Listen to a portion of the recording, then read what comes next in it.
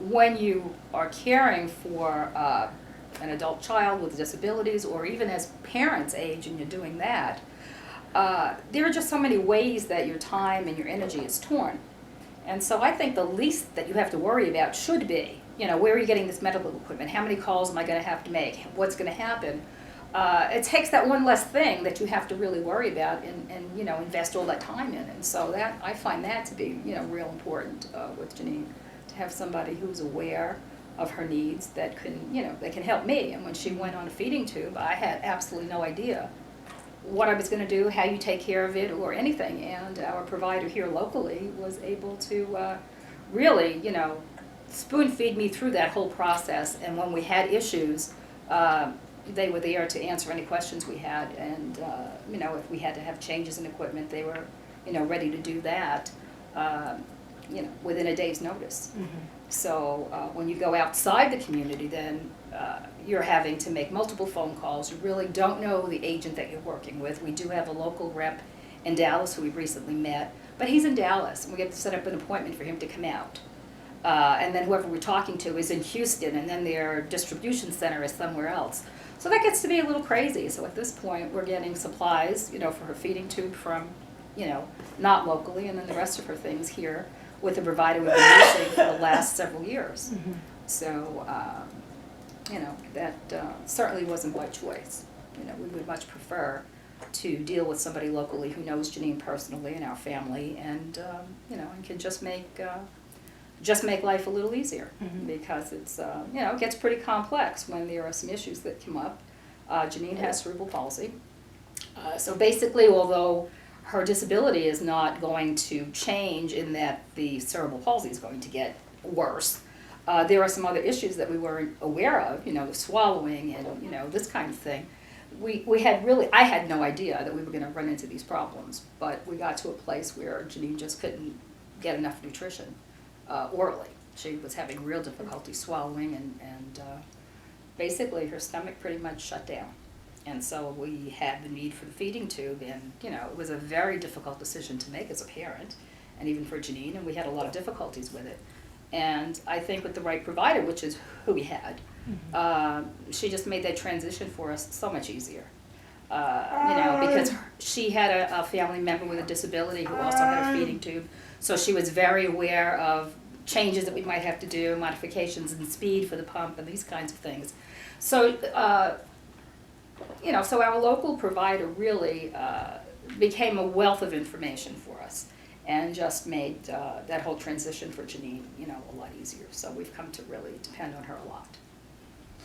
I think people comply and they feel better, and when they have that person that they feel comfortable with, you can kind of see the comfort level that they have, versus having someone come in different every time. Well, and I think that's very true. I mean, our provider, pretty much became almost a friend, because we were going to her for advice, and certainly she was able to provide some really good, tips for us. And yeah, she came in and chatting with Jeanine, and so there was a definite, sense of comfort for Jeanine as well, mm-hmm. knowing that if we had questions, we're not waiting for a doctor's phone call or whatever, that certainly she was competent enough to answer the questions that we had, and that has been the case.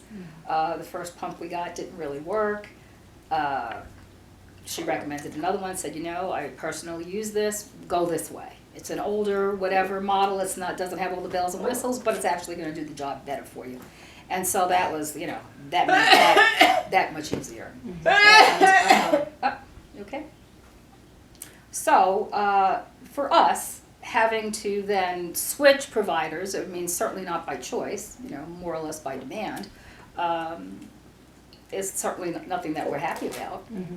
And it just, as I said, makes that step go, one process further. Mm-hmm. It's one more thing, it's one more phone call, it's explaining yet to another person, a different person every month, what it is we need, whereas before, everything just came. Once a month, we know that these are your supplies, and there they are. Mm-hmm. So there was never a question about that. So that's just been, a difficulty for us. How did you know that you were going to have to switch a different provider? Our current provider told us that seemed like that was what was going to be happening. and that I guess they wouldn't be getting the contract. And so she had given us the names of a couple of different places and said, you know, those are going to be your options. And that was basically it. So she kind of gave us a head up, and then she, I think, also gave us some information, a newsletter that she had put me onto, and then we got, you know, started communication with your group. So pretty much she was just been on top of it and just kind of let me know what was happening. We also got some information from Medicare that some things were changing as far as private providers and that kind of thing. So that's mostly what we got info. You know, you get something from the government, it's like 15 pages long, are you really going to read it? She explained what was happening in 5 minutes, and we kind of had that done. So yeah. That's So if you had an opportunity right now, which you do, to say to your senators and your legislators about your feelings about competitive bidding, I guess now is your opportunity to tell them what you feel about competitive bidding. Well, I would just say that, you know, as a parent of someone who's taking, you know, pretty much the sole provider of care, there are just so many hours in a day and just so much energy a person has, especially as we both age. Jeanine is 45 now, so that kind of gives you a clue on my age. And I would just say that, you know, this is just one more thing that adds difficulty to what we need to do to keep people with disabilities in the community, to keep them out of institutions and things like that. So, you know, my preference is to stay with somebody here locally who knows us as a family and knows Jeanine as an individual, and can help us with the, you know, different problems we might have that might arise. So, no, I'm not in favor of this at all.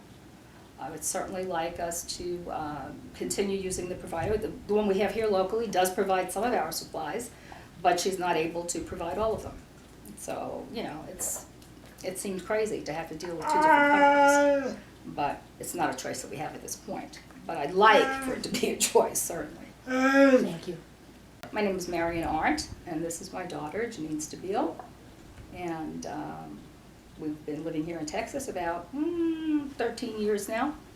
And Jeanine has cerebral palsy. She has been in a wheelchair actually since birth, with some birth injuries.